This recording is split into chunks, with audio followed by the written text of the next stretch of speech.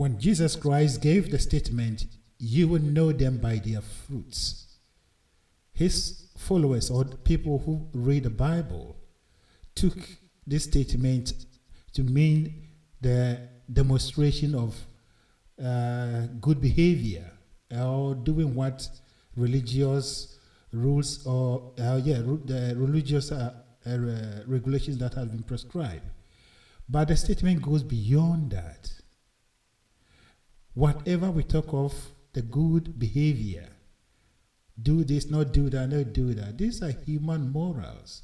And those ones, by nature, we demonstrate them. Only a few people or a group of, sometimes go off track to do that. But by human nature, by the nature, by what we are made of, we are good in nature. But when Jesus Christ stated that you will know them by their fruits, he is talking about how every human being at individual level and collectively as a group of people are using their minds to transform their lives. People who are awakened to their inner powers, that they are made after the image of God, and therefore they have the right to create and transform their lives.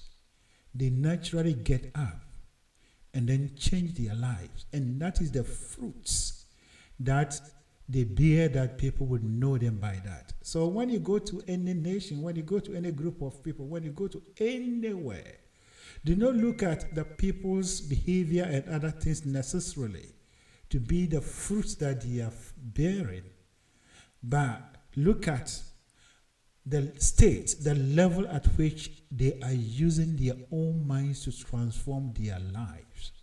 This is what Jesus Christ was putting across. You will know them by their fruits. If the people are developed mentally, what they have in the mind will translate into their outer life, such that you see them as bearing fruits of development. If the people are mentally sound, the people are mentally at a certain level, you will know it. If they are not, you will know it.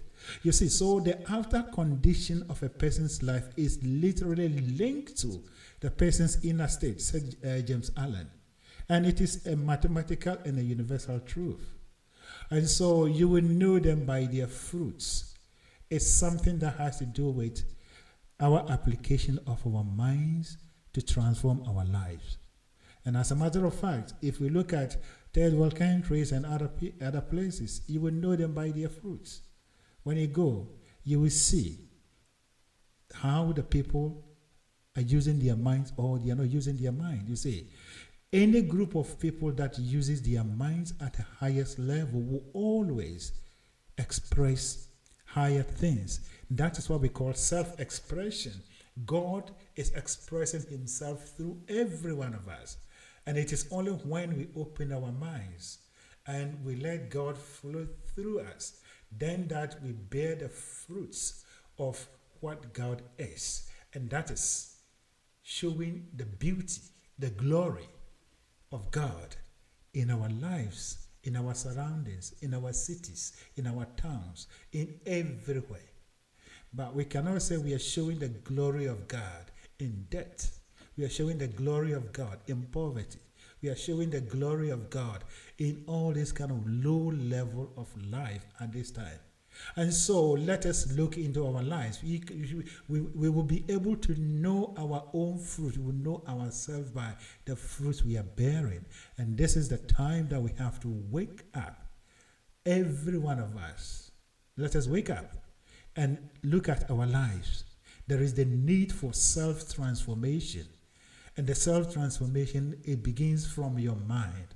And once you transform your mind, you change yourself from the mental state, all outer things will change accordingly. For your life is from within to the without. It's a reflection from inside to the outside. The collective state of a nation, Ghana, Nigeria, Tanzania, or whatever you call it, is a reflection of the dominant consciousness, or a reflection of the dominant inner state of the people. The leaders of the countries are just a reflection of who the people are. If the leaders are corrupt, it means it is the society from which the leaders are drawn from that are corrupt. If the leaders are incompetent, it means it is the collective consciousness, the collective consciousness of the people that is incompetence, lack competence, and therefore the leaders are demonstrating that. You see, so all these things has a reflection or direct link to how we organize our mental state, and that is very powerful. That is the first level of liberation. Once you liberate ourselves from this mental slavery bondage, we become free people that we change and transform our lives to what we want. That is the inspiration, and that is the message.